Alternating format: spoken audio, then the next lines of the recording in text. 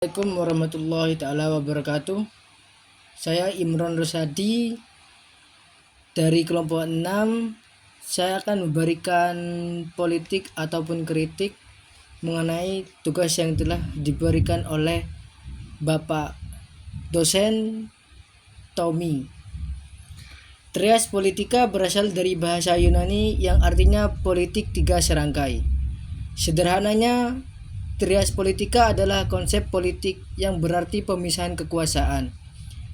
Istilah trias politika mengacu pada gagasan bahwa kekuasaan politik harus dibagi di antara tiga cabang kekuasaan pemerintahan yang berbeda, masing-masing dengan bidang tanggung jawab dan akuntabilitasnya sendiri. Next.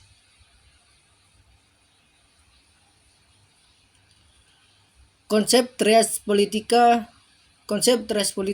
dikutip dari berbagai sumber. Konsep trias politika atau tiga kekuasaan adalah sebuah konsep dalam sistem pemerintahan yang menyatakan bahwa kekuasaan negara terbagi menjadi tiga cabang yang saling mandiri dan memiliki fungsi masing-masing. Konsep ini pertama kali diperkenalkan oleh filsuf politik Inggris, John Locke, dan kemudian diperluas oleh Montesquieu, seorang filsuf politik Perancis, dalam bukunya yang berjudul The Spirit of Laws pada tahun 1748. Konsep trias politika ini bertujuan untuk mencegah kekuasaan yang terlalu terpusat pada satu orang atau satu badan pemerintah, sehingga dapat mencegah terjadinya penyalahgunaan kekuasaan, korupsi, dan tindakan sewenang-wenang oleh penguasa.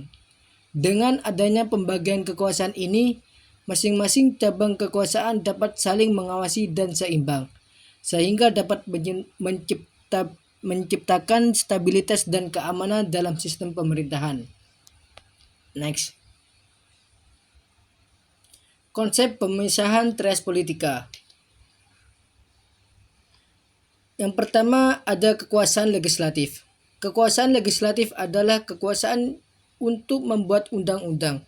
Terdapat tiga lembaga yang diberi kewenangan legislatif di Indonesia, antara lain Majelis Permusyawaratan Rakyat atau MPR, Dewan Perwakilan Rakyat atau DPR, serta Dewan Perwakilan Daerah atau DPD. Next. Kekuasaan eksekutif. Kekuasaan eksekutif adalah kekuasaan untuk melaksanakan undang-undang dan roda pemerintahan. Di Indonesia, kekuasaan ini dipegang oleh presiden. Next. Kekuasaan yudikatif. Kekuasaan yudikatif adalah kekuasaan yang berkewajiban mempertahankan undang-undang dan berhak memberikan peradilan kepada rakyatnya, atau sederhananya adalah kekuasaan kehakiman. Fungsi yudikatif. Fungsi yudikatif di Indonesia dilakukan oleh Mahkamah Agung atau MA dan Mahkamah Konstitusi atau MK. Mahkamah Agung merupakan pengadilan kasasi atau pengadilan negara terakhir dan tertinggi, yang salah satu fungsinya adalah untuk membina keseragaman dalam penerapan hukum melalui putusan kasasi dan peninjauan kembali. Sementara salah satu wewenang Mahkamah Konstitusi adalah melakukan uji undang-undang terhadap Undang-Undang Dasar. Next. Perlu diketahui, selain ketiga pembagian kekuasaan tersebut di atas, di Indonesia juga terdapat kekuasaan eksaminatif sebagaimana diamanatkan pasal 23E ayat 1 UUD 1945, yaitu sebagai kekuasaan yang berfungsi untuk memeriksa keuangan negara, yaitu Badan Pemeriksaan Keuangan atau BPK. Trias politika. Trias politika apabila dikaitkan dengan kondisi ketatanegaraan hari ini sangat tidak cocok untuk Indonesia, yang sebagaimana mestinya bahwa trias politika melakukan pemisahan kekuasaan yang kemudian dilakukan agar tidak terjadi pemusatan kekuasaan dengan menyediakan check and balance, namun ternyata tidak berjalan mulus dan yang terjadi bukan check and balance.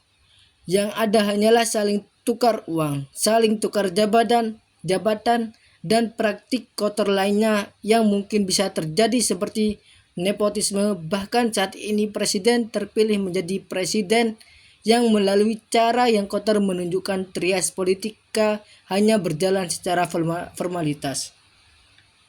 Next. Apakah sistem trias politika saat ini masih relevan digunakan di Indonesia? Masih, karena sistem ini secara tidak langsung sudah dianut sejak lama.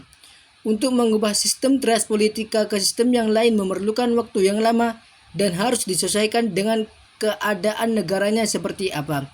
Jikapun ingin mengubah lagi, dibutuhkan riset dan pengamatan yang teliti agar sistem tersebut dapat menerima seluruh masyarakat dan sesuai dengan norma yang berlaku di Indonesia. Belum lagi dengan penerapannya di lapangan akan seperti apa. Pembagian jabatan dan kekuasaannya, penerapan di lingkup pemerintahan, serta penyesuaian sistem pemerintahan untuk para petinggi negara dan juga masyarakat.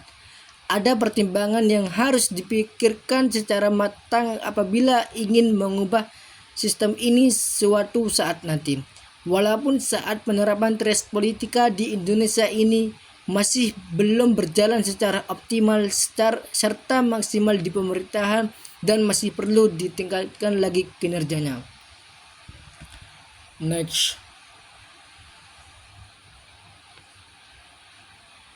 Sudah yang saya paparkan di dalam Zoom ini. Jika ada sebuah salah